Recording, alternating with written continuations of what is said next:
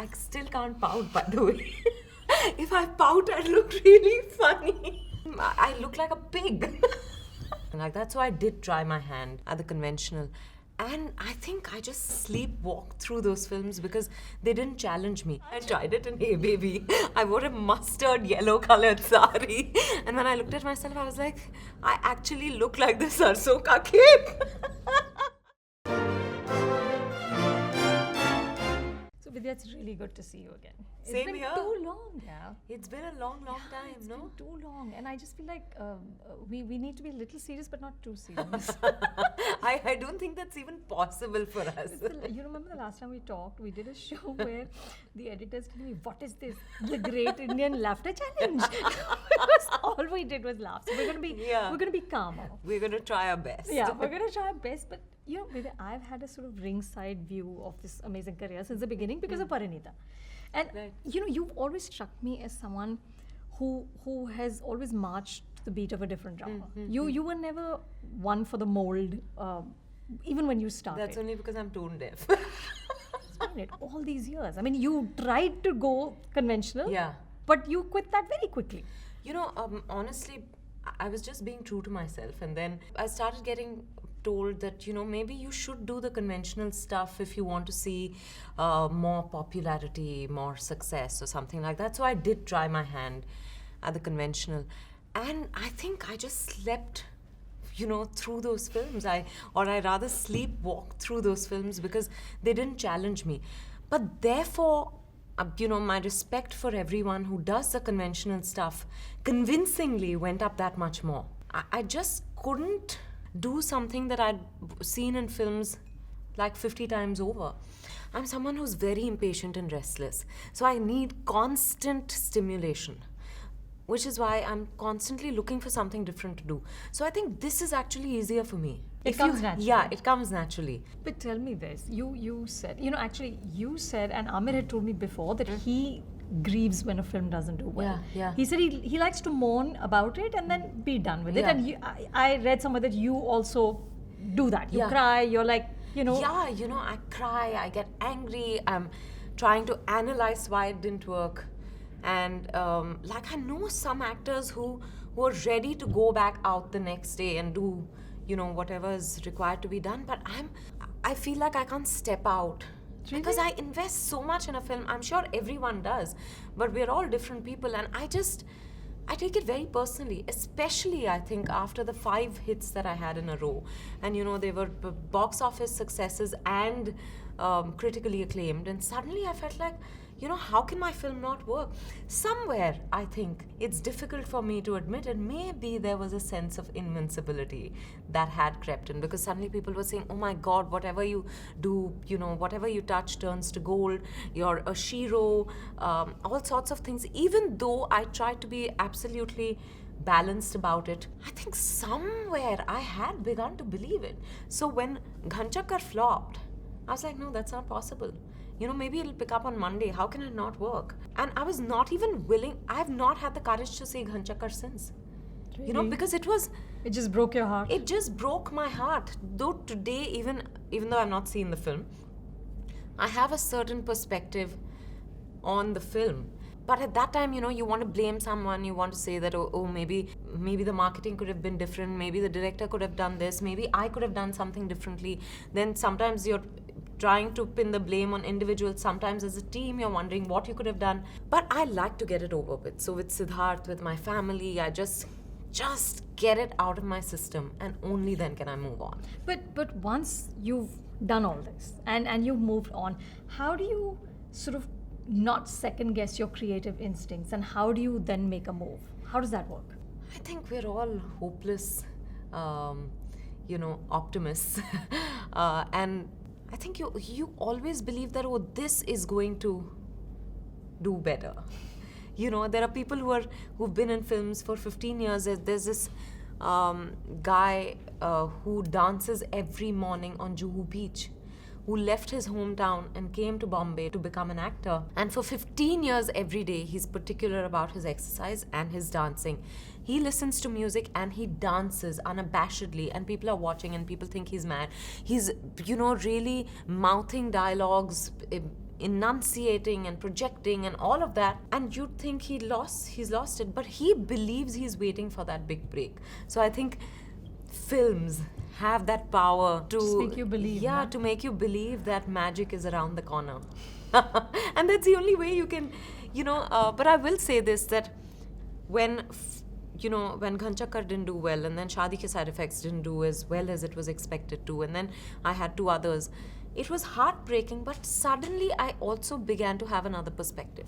Somewhere I had personalized these failures because I felt like, they were saying people, I now probably have the ability to bring in audiences, so maybe it's a failure on my part. But then I realized that if I'm unwilling to hoard a success, I should do the same when a film doesn't work. I think maybe I needed to realize this, You just go through those.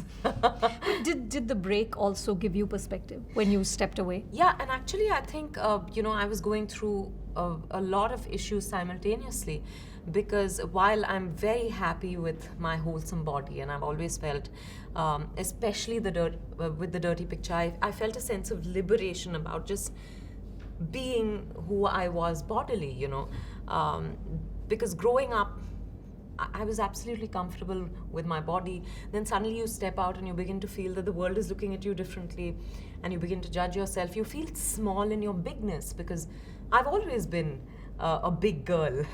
But then, especially as an actor, you're constantly being commented upon. All that puts pressure. Finally, the dirty picture freed me. And I said, okay, now, I'm done. doesn't matter what happens, I'll be okay. But what happened post the dirty picture was, I realized, I had been medicating for something, for a condition that I didn't have for 3.5 years. And that played havoc with my body.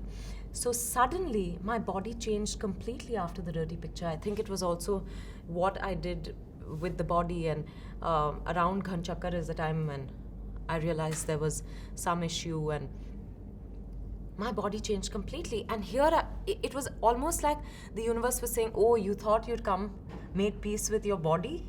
You haven't. See, you're still, because I'm someone who's always exercised and I love exercising, but when you don't fit into a certain frame, people say that, you should start exercising. And I'm like, I love exercising. I exercise 6 days a week. You get fed up trying to explain these things to people, and then after a point you say, yeah, you know what, I should start exercising. Maybe you should exercise your brain or something like that. No, but I went through suddenly around Ghanchakar, Shaadi Ke Side Effects, I realized that, my body suddenly completely changed. So despite, I used to always feel fit, but I was no longer feeling fit. And the situation only got worse and worse and worse going forward. So last year, I actually decided that I'm going to take a few months off and just try and change my lifestyle, eat on time, sleep on time. Yeah, you're an insomniac. Yeah, aren't you? I used to sleep at 4 in the morning, but now I've begun to sleep by you can ask me to go to bed at 10:30 and I'll be out. So Really? it took a lot of work, I'd have to lie in bed, not check my phone, not read, not watch a film. For 6 hours from 10 to 4, I'd be struggling. Then I think slowly the body begins to get tired. And that time, I think it's taken me this while to again get comfortable, to again be happy with who I am physically, bodily. But it's taken a while. But you're there now. I'm there now. I'm there now, and how? You're looking great. Unless the universe decides to say something else to me. This time I'll knock it out. Yeah, absolutely. Yeah. But Vidya, there's no insecurity in terms of, because so much of being an actor today is being a brand, is being seen, is being being in the media, then you're not. What does that do? Did that do anything to you, or were you completely convinced that this is the path to take? Yeah, I think I'm just too probably stubborn, maybe lazy. But also secure. Yeah, maybe secure. I think I'm too comfortable in my own skin to be anything that I'm not. So at various times there are pressures. Like I remember 6 years ago, Shujoy Ghosh opened a Twitter account for me. And I never accessed it, you know. And then 6 years ago? 6 years ago in 2009, actually 7 years ago. And he kept telling me, you know, you should just try it. And I was like, no way, I'm not going to give opinions on anything. Or, you know, I'm the kind of person who believes that speak when spoken to. So I feel like this is really strange. My manager kept saying, every year there would be one attempt saying, you know, why don't you join Twitter? Do it at your pace, blah, blah, blah. Finally, last year I joined Twitter. Because I said Same account. same account. So people were not sure it was a real me because they said, you know, this account has been Silent for like 5 years. silent for 6 years and 5 years, and then suddenly someone's operating it. So they weren't sure, despite the verification, that it was actually me. And I'm still very reluctant. I don't tweet that much because firstly, I think I don't have opinions on most things. And secondly, maybe some of those opinions are best left Kept to unheard. Yeah. It's just safer like that. But, you know, I got onto Instagram. I enjoy posting pictures. So I do that. No, but speaking of your Instagram, okay, you know, you've stayed human. And these pictures are a reflection of that. That it's something that could be any of us. How hard is it to keep that human part of you, like, there? You know, I don't really make an attempt at keeping it human or anything. But do you know when you're maybe flying too high? Or do you ever? मतलब कभी होता है थोड़ा सा, you know, I'm a star? Nay, I of course enjoy my stardom and my fame and all of that. I enjoy the fact that people recognize me, or I don't for a moment shy away from any of that. But you know, I think that also comes from believing that this is finally a job. It's a job I feel blessed to be doing because I'm doing what I enjoy most. So I think, for example, at home, I'm treated like anyone with a job. Yeah, there are perks. And they Good feel very perks. proud. Yeah, huge perks. And, you know, they feel very proud. But I don't think there's an elevated sense of being, or there's nothing of the sort. I don't think I can ever. I think it's that probably. If it's a good thing, then the credit goes to my upbringing. But these pictures also speak of a lack of vanity. Right. You know, it's not the pouting selfie. Right. I still can't pout, by the way. If I pout, I look really funny. You haven't perfected that one look. As a matter of fact, you know, I've tried the pout and all that, and then I've chickened out and said, listen, I look like a pig. So please don't put out any of my pouty pictures. Even, you know, for example, at events, I see a lot of actors actually taking the right body position. There's a and all pose, that. no? There's a teacup pose. Yeah, there is. And that's very flattering and all that. But when I do it, I feel awkward. I feel like I'm on display. So I think I probably, that discomfort shows. And, you know, they do it with such elan and panache that it looks natural, nice. But for me, it's not natural. So how do you stand? I stand straight, maybe with I invariably, you know, I stand the way I do all the time, which is, I think, one leg ahead. Yeah.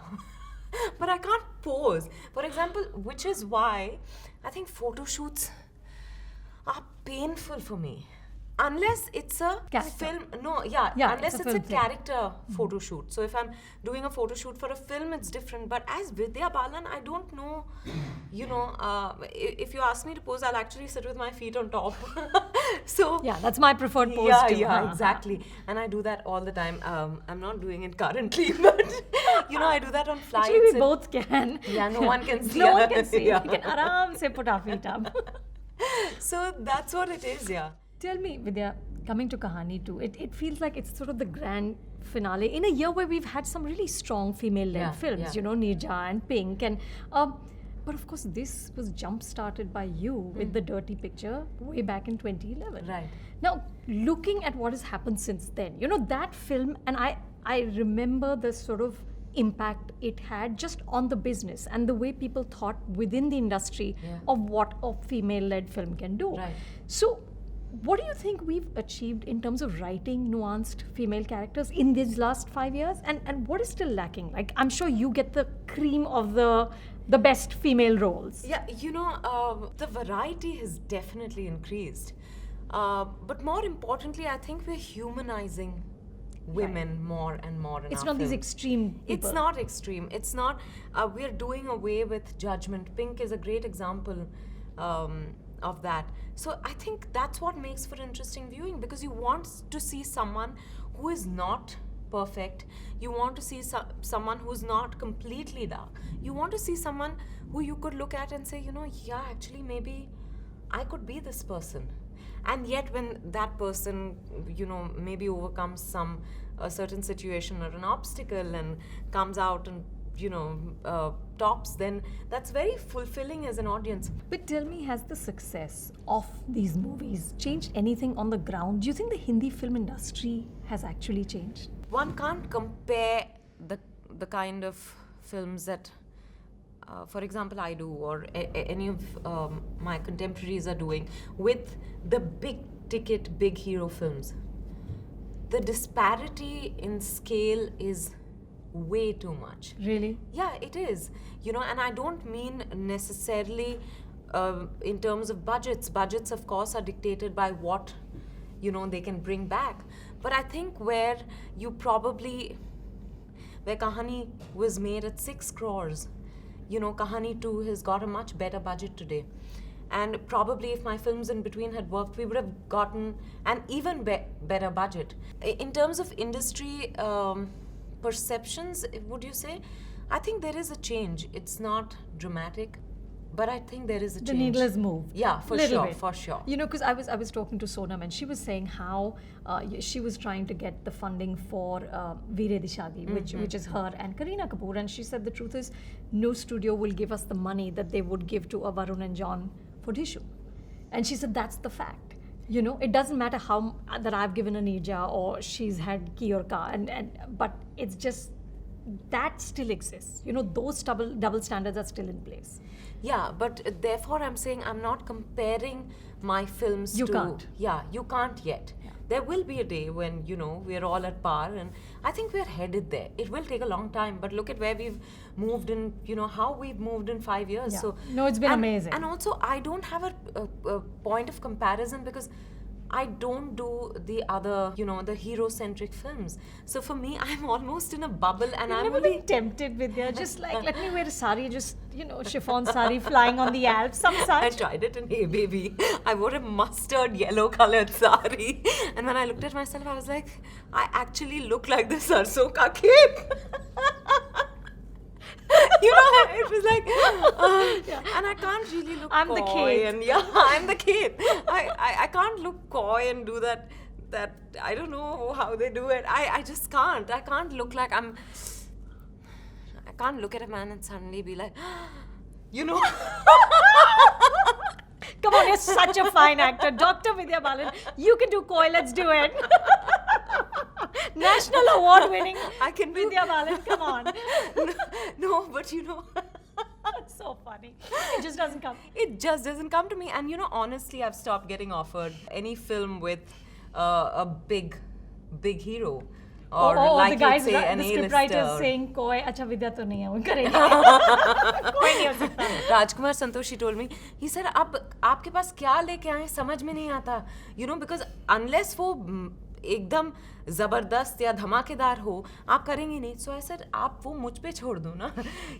I just offer me a film and maybe I'll end up doing it. Don't decide for me what I like and don't like. But honestly, I think I am a misfit in those kind of films, and I've accepted that, and I'm okay with it. And I'm not. I don't feel like I'm losing out on anything. Tell me, is it true that when you were 12 or 13, you wrote a get well soon letter to Satyajit Ray? Oh yes, he was in hospital, and I remember because he'd just been conferred upon with the Lifetime Achievement. Oscar. The Oscar. So there were articles everywhere about him and the films. So I began to read it. I began to love what I saw. And I felt like, okay, when I became an actor, he's the kind of director I wanted to work with. I hadn't watched any of his films. And then the next thing is he's in hospital. So I wrote a letter to him saying, how I was waiting to grow up and work with him and blah, blah, blah, blah, blah. And I never posted it because before I posted it, I kept ruminating and saying, oh no, this is not okay. You worked on it. Yeah, I worked on it. I worked on it and worked on it so much that by the time I sent it, it was too late. And he'd passed on. But you did send it. I didn't send it. Oh, you didn't? He passed away. And you have that letter? No. I tore it and threw it. I mourned when he passed away, like as if I knew him. And it really affected my life at that point. I remember being really low, saying, oh my God. At 14? Yeah. At 14. Exactly at 14.